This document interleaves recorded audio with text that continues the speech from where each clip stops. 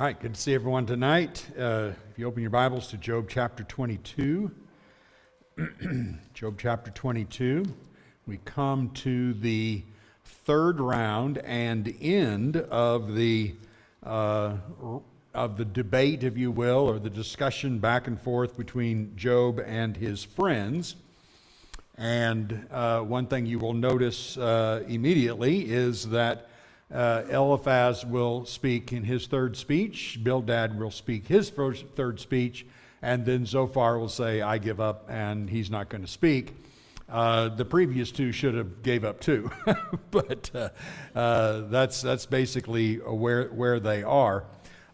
Just as a reminder, it's these speeches and this back and forth is extremely important, and it's important for all of us who have been through very serious trials, because it helps us go back and test our hearts and prepare for a possible another trial. So that's always significant.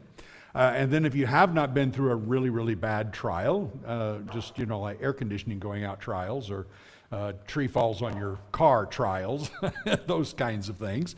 If you haven't had that, then you're looking forward to a biggie one day, or maybe two or three. So that's what we have to be prepared for.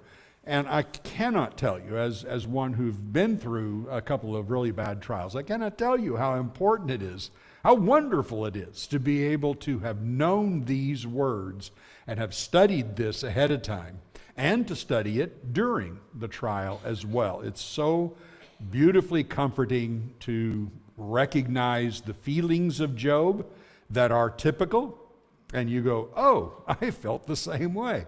And then also to hear some, unfortunately not all usually, but some reply to you the way that we see the friends replying to Job.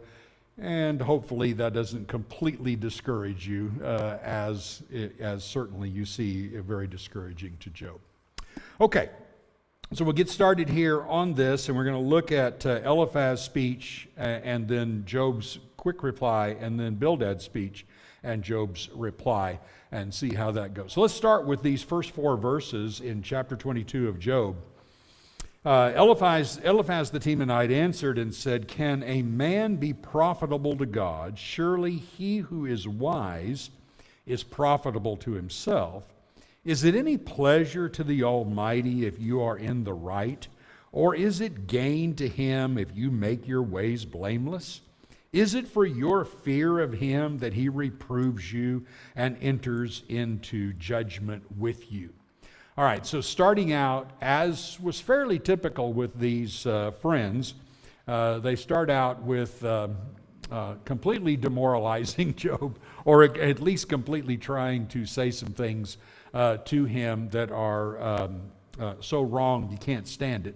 And Job had to go through it. Notice first off, verse 1, what Job is saying, or what Eliphaz is saying is, God doesn't need your help to run the world. God simply doesn't need your help. You're telling God all these things. God doesn't need your help to run the world. So I'm going to stop and ask this question of all of you as we turn this into a little discussion here. What do you think Job has instructed God in some way? Has Job at least borderlined on that? Michael? Yeah, I mean, he's cried out for justice. He's talked about how he's innocent and only that God would hear his case. Yeah. So there is some truth in what Eliphaz says here. Job has at times seemed to instruct God on the better way to handle his situation. Man, God, if you would only listen, if you just come down and ask a discussion, you could easily tell me anything I've done wrong, and I would gladly repent of it and change. But as it is, how's a person supposed to deal with this? So he really has said some things here that I know Eliphaz means a little bit more than that to him, but Eliphaz has some truth in this. Absolutely. You think you're somehow going to instruct God. Now remember, that statement is made a number of times in Scripture. You see it at in the end of Romans chapter 11. Can anybody instruct God? Does God need instructing? No. So it's a very important principle that he lays out here, and we'll get into that then a little bit as we go. But then how about this next statement in verse 3? Is it any pleasure to the Almighty you are in the right, or is it gain to him if you make your ways blameless? So, how about that one? Is God pleased, or is there any pleasure in God if Job lives a righteous life? You know, Job has proclaimed his righteousness and everything. Is there any pleasure to God in that? I believe God indicated that he was very pleased Yes. with Job. Yes. At the start of it. God is thrilled when we do what's right. In fact, there are places where God boasts about us. In fact, in Job, he tells Satan, have you seen my guy? He's fantastic. You just look what he's done. I mean, this is God, it just is absolutely glorified, as we talked about this morning, when we do what is right. So this is a foolish statement by Eliphaz. What are you talking about? He speaks of God almost like a deist who says, yeah, he's up there, but he's on vacation, and he didn't care about what's going on down here. That is an amazing statement. And I put here, what about Job 1-6? Just as you said, Wayne. And then here's the answer back to this. If God doesn't really care about Job's holiness, then why believe God cares so much about his supposed wickedness? What are you going off on your supposed wickedness for? If God seems to really care about that in your mind, but he doesn't care about if you do good. He obviously cares about you do good, because you say if a person does good, God blesses you. So he does care. This is really confusing, contradictory speech that as he begins this point here. In verse 4, notice this: is it for your fear of him that he reproves you and enters into judgment with you? This is again just setting up the same old argument. So you really think that God would be whacking the daylights out of you if you were living a righteous life? Is it because of your fear of God that you are getting abused the way you are? Well, as Job has said many times, I don't know. I don't know why he's doing this. But Job's answer was not, oh, well, God's repaying me for good things. That's the question, Eliphaz, and you're not really answering the question. But his conclusion is the same. If bad things are happening to you, it must mean you're doing bad things. That's the way you've been living your life. There is his answer. Now, here is where Eliphaz elevates the conversation in a most amazing and cruel way. So we come to verse 5 down through verse 11, and Eliphaz now steps out and actually specifies the sins that Job has committed. So check it out. Is not your evil abundant? There is no end to your iniquities. For you have exacted pledges on your brothers for nothing and stripped the naked of their clothing. You have given no water to the weary to drink, and you have withheld bread from the hungry. The man with power possessed the land, and the favored man lived in it. You have sent widows away empty, and the arms of the fatherless were crushed. Therefore snares are all around you, and sudden terror overwhelms you, or darkness so that you cannot see, and a flood of water covers you. What's your feeling about that? What's your reaction to that?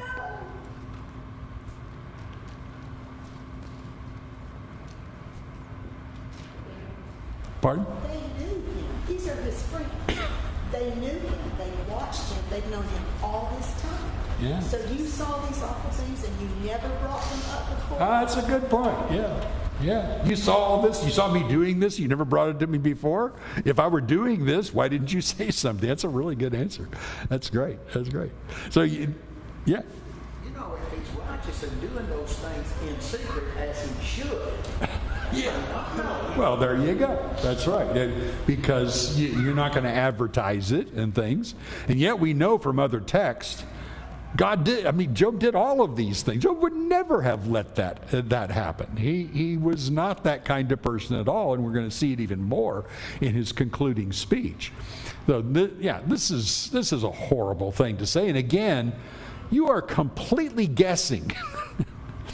And that is really, really wrong. I would say this about an application here. It's a reminder of what can happen oftentimes when you're going through a bad trial, especially if you have seemingly been above board and successful as a Christian, as a servant of God and stuff, and all of a sudden your whole life just comes apart at the seams. And it doesn't change. In other words, it just keeps getting worse. And no matter what happens, it just keeps going on and on. A lot of time has gone by in this. Months, if not maybe a year, who knows? So a lot of time, and nothing's changing, and he is getting worse. And remember how he looks. I think that's very, very significant. Job looks awful. Absolutely awful. And everything that he's going through just is more and more. So that the tendency at times is to start wondering, as a person who's observing this, man, what have they done to... They've got to have done something. This is crazy. And then the mouth starts blabbing and things like that.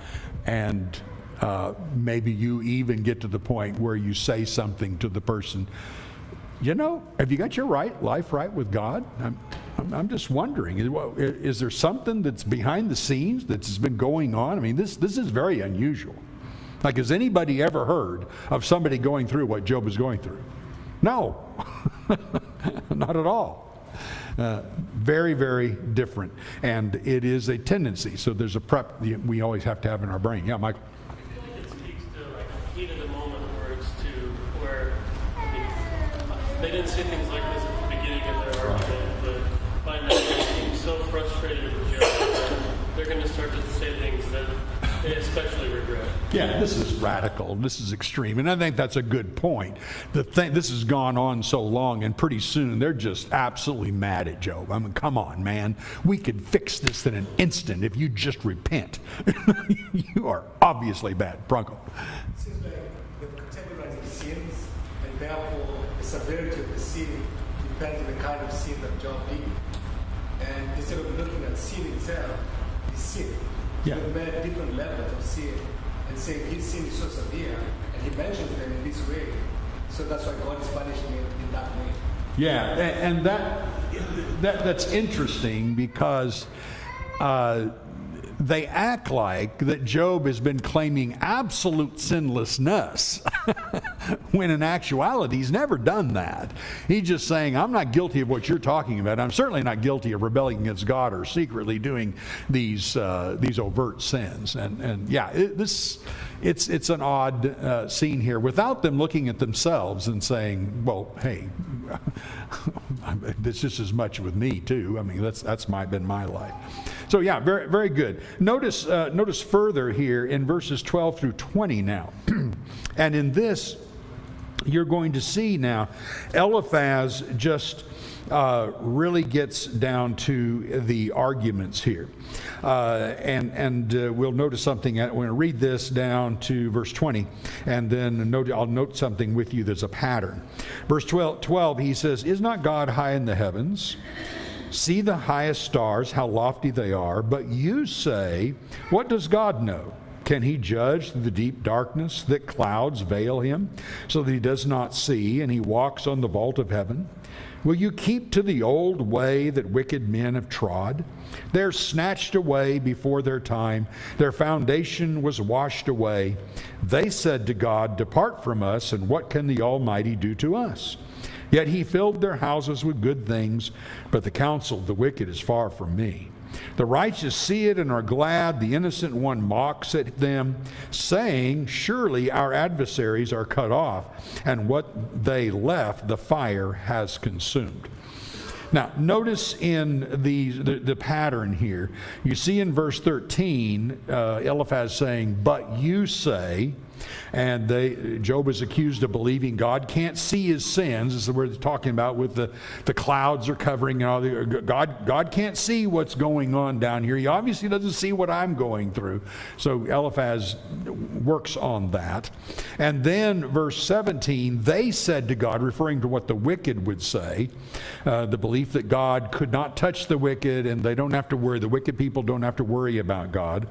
And then finally in verse 20, saying, this is what the righteous people say, the righteous people rejoice then when the wicked fall. So there's this pattern of you say, wicked say, righteous say in that. Now let me give you a little help here on some of this.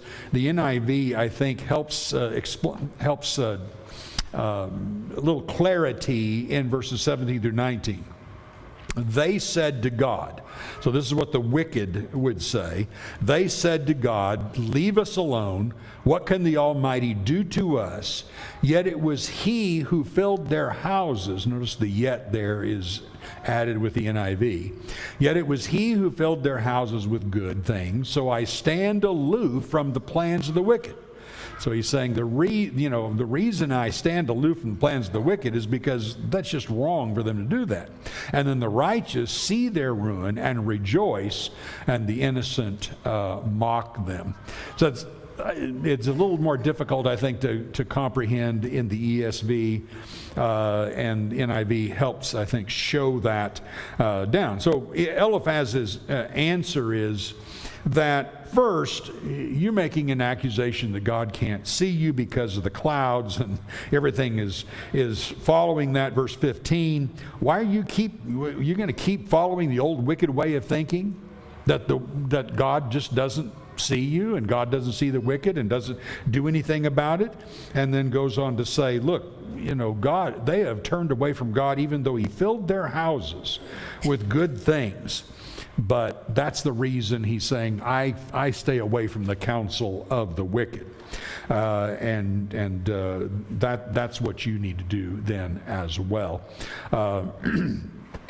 And verse 20 is basically the righteous saying, surely our adversaries are cut off, and what they left the fire has consumed. In other words, they're rejoicing that finally these wicked people are cut off and they don't have to worry about them anymore. So it's a very simple analogy down there as to you say, wicked say, righteous say, and you're just wrong. And that's the way we stay away from that. Then he concludes in verse 21 through 23.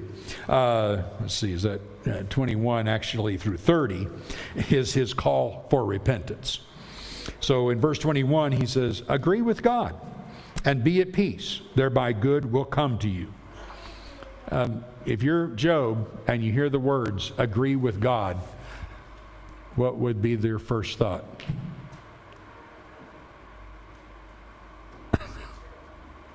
Come on, agree with God, Job.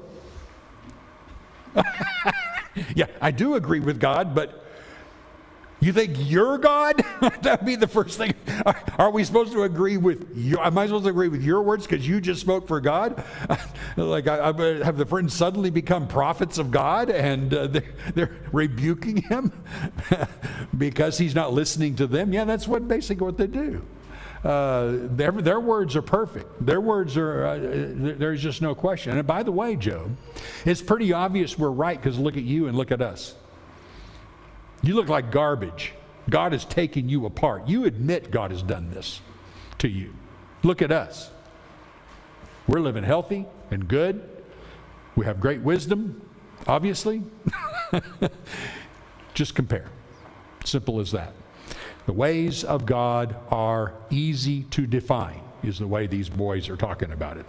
Okay, then so look on as he encourages them. Verse 22, receive instruction from his mouth. That's God's mouth.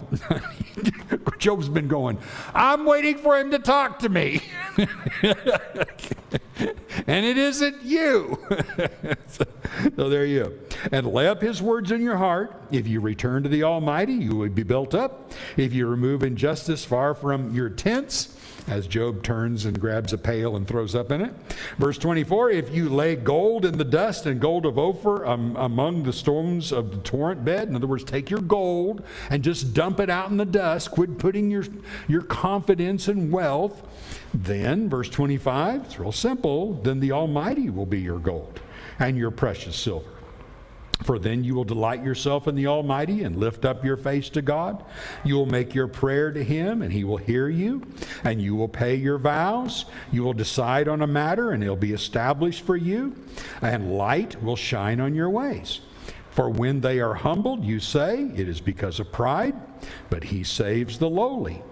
He delivers even the one who is not innocent, who will be delivered through the cleanness of your hands. Not only can you save yourself, Job, but you will save others if you'll just simply turn back to God. By the way, verse 29, again, New American Standard Version translates a little easier.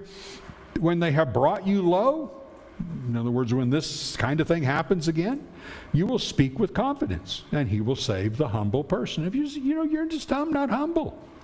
If you'll be humble, everything will be fine. And this is the easy way to fix this, and it's really frustrating that you won't do that. And then verse 30, even those who are not innocent will be delivered through the cleanness of your hands. All right, Eliphaz's simple, easy answer. Every one of the friends have given simple, easy answers, and Job will not follow it. So he's an arrogant goofball, and that's his big problem. Any questions, comments about the speech of Eliphaz? Okay? All right. Take a look then at Job's reply here, and we'll see this in 23 and 24. First off, you will notice as he starts this, he ignores Eliphaz. He does not say a word to him. He doesn't say an answer to him or anything. As a matter of fact, in the 17 verses of chapter 23, he mentions God in every single verse except verse 17. And of course, verse 17 is actually a continued sentence of verse 16. So in actuality, all the way through this text, God is his subject, and that's where he concentrates on the relationship with God and what is going on with God. All right, let's begin then by noticing 1 through 7. Then Job answered and said, today also my complaint is bitter. Still in that bitter, hard situation. My hand is heavy on account of my groaning. Oh, that I knew where I might find him, that I might come even to his seat. I would lay my case before him and fill my mouth with arguments. I would know what he would answer me and understand what he would say to me. Would he contend with me in the greatness of his power? No. He would pay attention to me. There an upright man could argue with him, and I would be acquitted forever by my judge. All right. How you feeling about that one?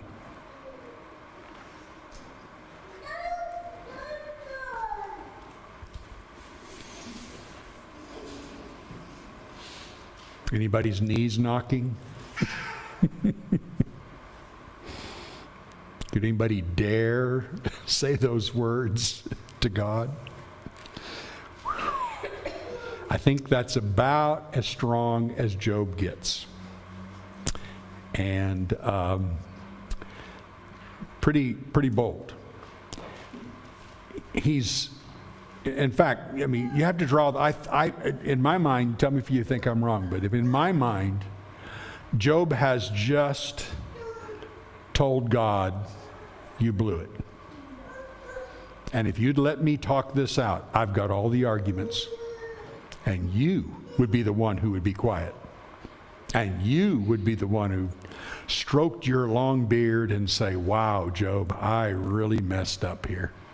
I'll fix this right away. I'm so sorry. Scary thought. Yeah.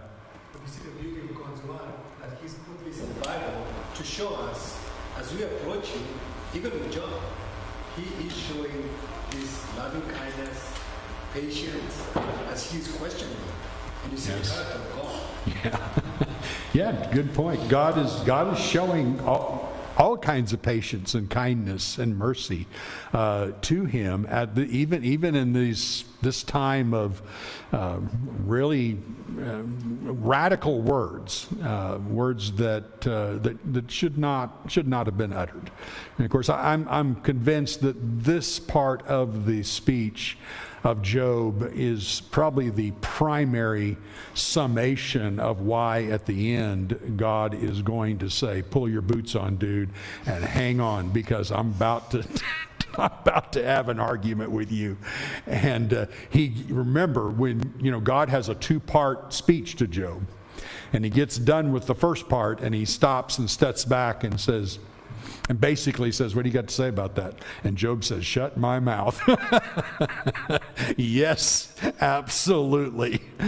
I spoke when I should not have said anything. So the very opposite of this is going to happen, Kelly. Also, in light of everything that Eliphaz just said, it can also kind of be like, okay, I hear everything you're saying, but I'd like to hear this from God, not you. Yes, that's a good point. And really, that's basically what's happening. I mean, he's so fed up with the friends. He's like, you guys don't understand. I've got this, and I've got this with God, and if he would just come down here and we could have a conversation. I noticed that verse 7, that last minute, where he just simply says, this is where an upright man can actually stand toe-to-toe with God. Yeah, that's what verse I was going to go. I agree with Callie. I think that he said, I'm tired of presenting my case to you. It's a waste of my time. Yeah. If I were to be able to present my case to God, I know he'd be fair. Yeah. That's what I think he says in verse 7. Yeah. If I could read him, he would forever equip me. Yeah, he would equip me. Haley. Do we know the timeline of when this book is written as far as the book of Job? Oh, when Job is written? Yeah, like Yes. is it before or after David? Oh, before David. Okay. Yeah, from what you can see with, like Eliphaz, the Temanite for one thing. Edom is still in existence. In fact, a pretty famous country at that time and has some wise men in it. We're looking probably somewhere around the years of Abraham and Isaac, be the most likely. So I'm reading this chapter maybe a little bit differently than some other people in the comments before. This is eerily familiar of a lot of the Psalms that we went through not long ago. David's almost ridiculous boldness of like, I don't know why this is happening to me. I want to be right with you. I don't feel like I've done anything wrong, but you're allowing these things to happen, and it's almost written. Some of the Psalms are almost written as like a demand. Is that good? Sorry, Jude's got comments too here. Almost like a demand to restore what he feels like is the just relationship with God, and that's kind of what it feels like. That's kind of how I'm reading this. Jude.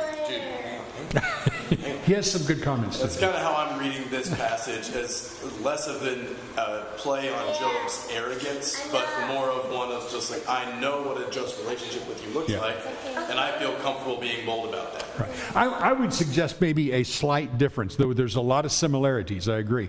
But I think a slight difference would be that David is bold to say, please forgive me, please do something about the enemies. I'm standing righteous on your side. These enemies are defaming you by defaming me. You've made promises, please keep the promises. And then sometimes, where are you? Why haven't you come by now? And then by the end of the psalm, he rejoices that God finally answers the prayer. Job, I think, is a little more of you just doing, and we're going to see this at the end of this particular text. You're just doing things your way, and it doesn't matter what I say. You're going to do whatever you want to do, and this isn't fair. Now that's a jump, I think, to a little bit too far. We can be bold with God. We can be bold with God in our feelings and how our hurts and our desires and things like this. But Job has gone to the point where he's questioning these things. He's questioning what God is doing. In fact, I would suggest that when he says there in verse 7 that an upright man it could argue with him and I'd be acquitted forever by my judge. He is we mentioned this last week, this is very similar almost to the ways and beliefs that the friends have. That there is a retribution type of principle that God is following, and that if you just let me show you how innocent I am, you'd correct this because you would correct this because I'm innocent. And the friends are saying the opposite. No, but you're not innocent, so that's why it's going on. I'm pretty convinced that Job probably had the same view as the friends up until the time this happened, and now the only answer he can think of is it's just God missing it here. Injustice has happened. God is not unjust, so he's obviously took a vacation, whatever, and when he gets back, and I can talk to him, it'll all be okay, Belinda. It's arrogance. At this, Job's become arrogant because he's assuming God doesn't know what God knows. Yes. He's assuming he knows more. I know I'm like this. God doesn't know, but if I could tell him. Good point. Yeah. You know. Yeah, if you just let me explain, because obviously you haven't been looking. Why aren't you looking? Yeah. And that's where, as again I mentioned last week, we have such a super advantage of knowing Job 1 and 2. How valuable that is for us to know that when a trial comes and it's very, very severe, we can look back. Certainly, we're going to step back first and say, trials are always a good time to check your heart. Trials are always a good time and check, what do I need here? Have I gone off the rails and things? Have I slipped in certain ways? And start making corrections. I've always likened it to you go out and start your car and it runs and you don't think much about it. But the moment it doesn't, you're opening the hood and checking everything out. And that's what happens in our life. When things start breaking down, the tendency is to check ourselves, which is good. We should do that. But in this particular case, there are trials that take place not because of anything we did. And God may be saying to Satan, have you considered my servant, blah, blah, your name. And Satan just says, la-di-da, they wouldn't treat you this way if you just let me at them. And God says, okay. That's kind of part of the point in Ephesians 2, right? Us displaying manifold wisdom of God. God is kind of saying, look at my church. That's right. That's right. 3:10 and 11. I want to make sure you got that one right. Good. So there it is. Very, very good. It's an amazing statement. An upright man would be able to just lay his case out, and he'd fill his words with arguments. I just can't believe. Would he contend with me? Is he going to have an argument with me after I lay this out? Wow. Come on, Job. So when we evaluate that argument, you've done a good job of doing that, then it becomes a little bit scary here. All right, 23:8. Notice what he does in this one. Behold, here is his frustration. Behold, I go forward, but he is not there. So all of a sudden he steps back and goes, yeah, I'd love to have that. But he isn't answering. He's not there. And backward, but I do not perceive him. On the left hand, when he is working, I do not behold him. He turns to the right hand, but I do not see him. But he knows the way that I take. When he has tried me, I shall come out as gold. Boy, he says, when this all happens, I'm going to come out good. Verse 11, my foot has held fast to his steps. I have kept his way and have not turned aside. Now you're making an argument, Job, as to why he should never let this have happened to you. That's incorrect conclusion. I have not departed from the commandment of his lips. I have treasured the words of his mouth more than my portion of food. But he is unchangeable, and who can turn him back? What he desires, that he does. What's that indication? He doesn't care about me. He doesn't care about what I'm going through. He just cares about what he's going to do. He's made up his mind what he's going to do, and that's that. Again, big falsehood. Does God ever change his mind when human beings have prayed to him? A million times. Over and over again, God has come to the rescue of those that are his. And this is not correct, Job. Verse 14, for he will complete what he appoints for me, and many such things are in his mind. Therefore I am terrified at his presence. When I consider, I am in dread of him. God has made my heart faint. The Almighty has terrified me. Yet I am not silenced because of the darkness or because thick darkness covers me. I keep speaking in spite of all of this, but the problem is he will not show himself to me. He's unchangeable. He's not going to change what he's doing to me. Nothing's going to change that. And then if I did come in his presence, it's almost switched. Then I'm in dread of him. If he actually came and spoke to me, I'm afraid what he'd do to me. Because so much injustice has already happened, and he's unchangeable. Look what he might do to me. I would be terrified if all this came about. Though Job cannot find God, God knows him and his ways and will eventually acquit him. Yeah, in some ways. There's an important lesson here, but the lesson really is trust. You have to trust God.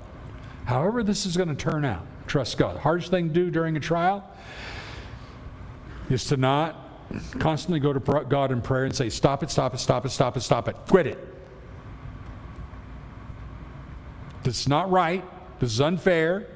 And we should be on this other side going, yeah, that's right. It's not right and it's unfair. But this isn't about unfair and right. It's about something bigger than that. And the problem that Job is having here is he's just not understanding that he needs to trust however God's doing this. And that's very, very important. So Job's, of course, declaration of innocence comes here. And then 13 through 17 seems to be Job's despair. The problem is God's sovereignty. It is God's sovereignty, not his innocence. So God just is unchangeable. He's already made his mind how he's going to deal with this. And so it's a despair. You've seen Job do this a couple of times before where he almost says, look, if this would happen, I know how it would turn out. And then he turns around and goes, I know it's not going to happen. Okay, so he's just resolving himself that this isn't really going to turn out well at all. And then if he did meet God, bottom line is I'm really afraid of what he would say, what he would do to me. Because he's already done all these things to me. What else is he going to do to me? That's the challenge. Comments here? Questions? So, tough situation. We get a feel of the radicalness that Job is going through. We're getting a feel of words that can be said under great pain, agony, as time goes on. Contrast this to the words of Job in chapters 1 and 2 after he lost everything. The Lord gave, the Lord took away, blessed be the name of the Lord. Not hearing those words so much anymore, are we? Time and the constant chipping away at strength, pain, comfort, loss, and no resolve. That brings us down really, really low. That's when you find out. You find out first, and God is looking. You find out, do you love him no matter what? That's when that happens. So very important point that brings us to. All right, continuing then in 24. It's pretty simple chapter here, verse 1 through 12. Why are not times of judgment kept by the Almighty, and why do those who know Him never see His days? Maybe a hard way that's translated, but what he's basically saying is, why doesn't God just come out and say, here's the times of judgment, let all the righteous know, so that we can figure this out of what you're doing? And of course, God, when He answers, says, it's none of your business what I'm doing. I'm doing what's good and right. And you do not have a right to judge me. Whew. Big time. That an important point. Why doesn't the Almighty set these times of judgment? That way those who know Him could feel justified about what's saying. Now notice his argument. Verse 2, some move landmarks, some seize flocks and pasture them. All right, he's talking about the wicked. They drive away the donkey of the fatherless. They take the widow's ox for a pledge. They thrust the poor off the road. The poor of the earth all hide themselves. And now he's going to talk about the condition of the poor. Behold, like wild donkeys in the desert, the poor go out to their toil, seeking game. The wastelands yields food for their children. They gather their fodder in the field, and they glean the vineyard of the wicked man. They lie all night naked without clothing and have no covering in the cold. They are wet with the rain of the mountains and cling to the rock for lack of shelter. There are those who snatch the fatherless child from the breast. They take the pledge against the poor. They go about naked, without clothing, hungry. They carry the sheaves. Among the olive rows of the wicked they make oil. They tread the wine presses, but suffer thirst. And what happens with all of this? Verse 12. From out of the city the dying groan, and the soul of the wounded cries for help, yet God charges no one with wrong.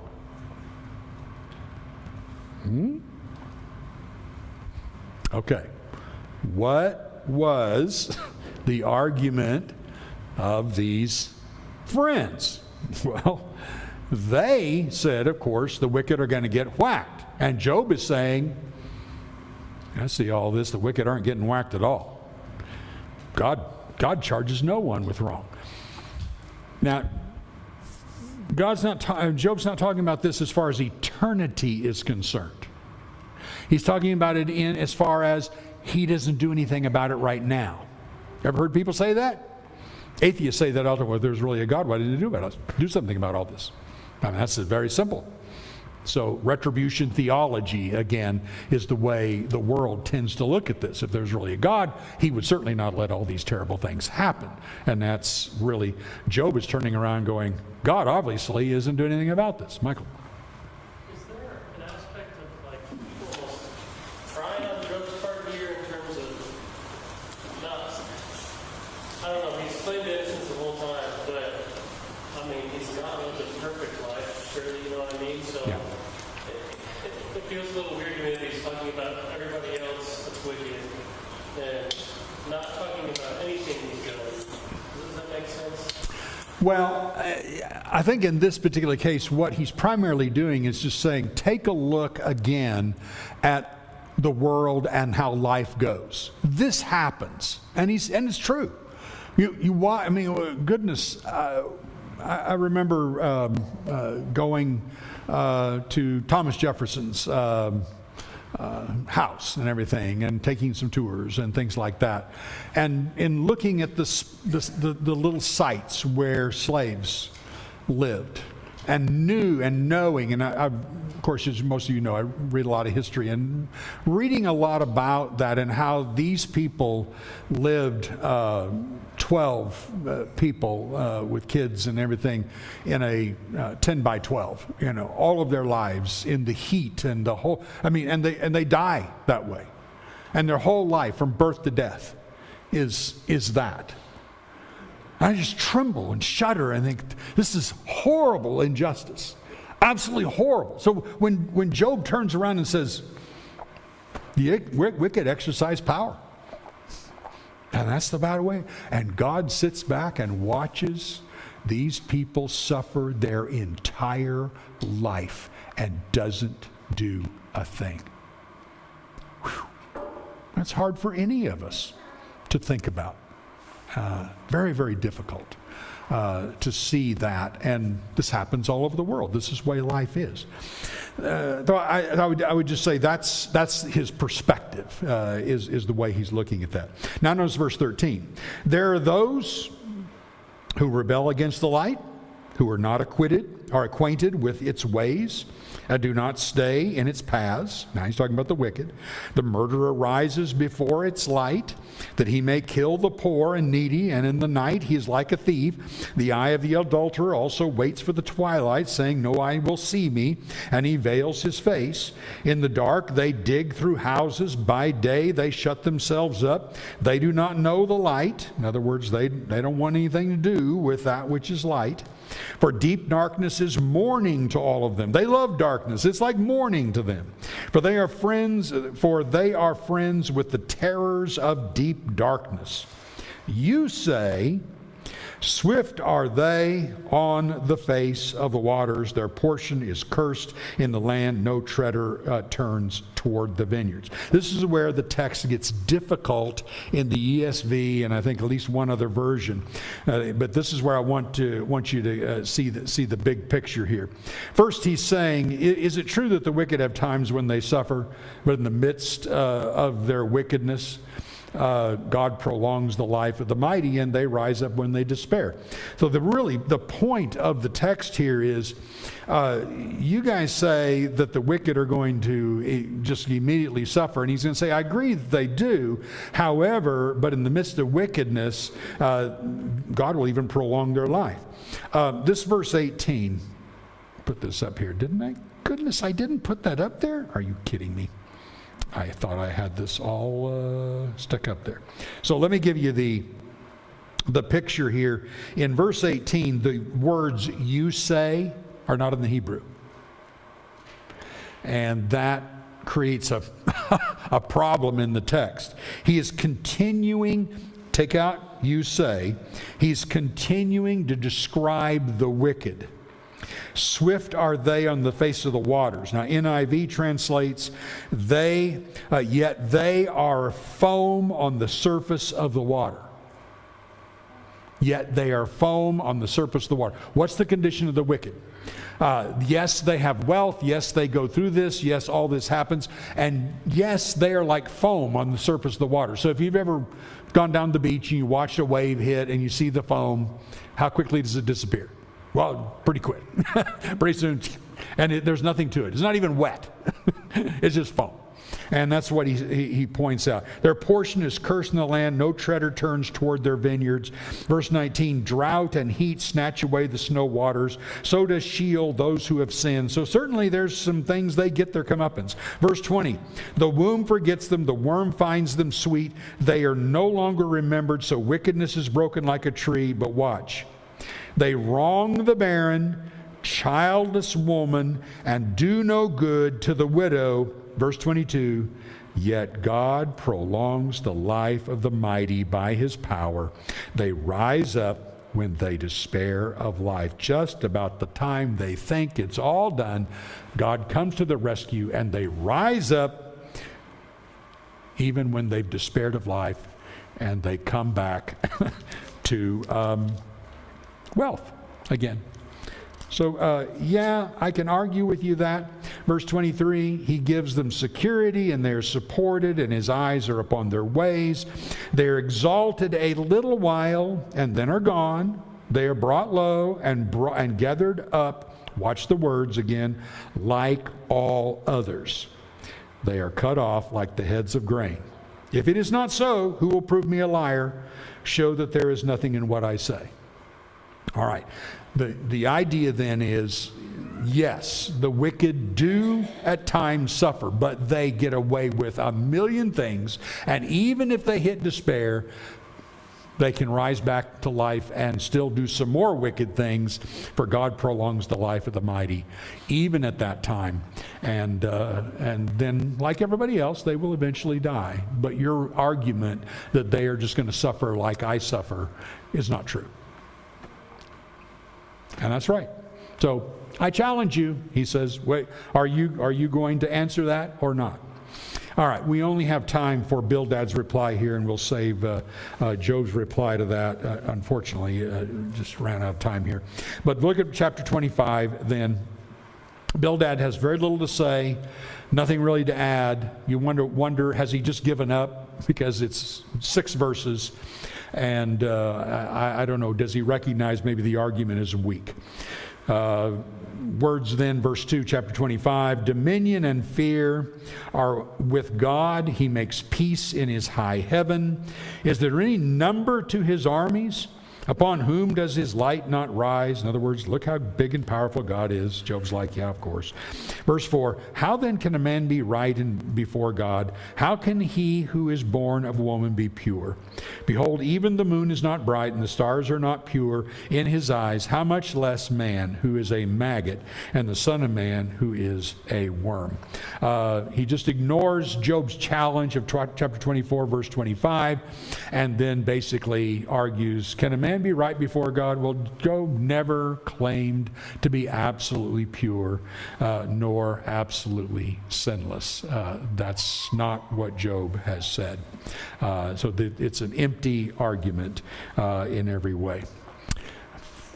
Frustrated that you don't get to see this end of this. That's really what I wanted to get to, which messes up the whole conclusion of the lesson here.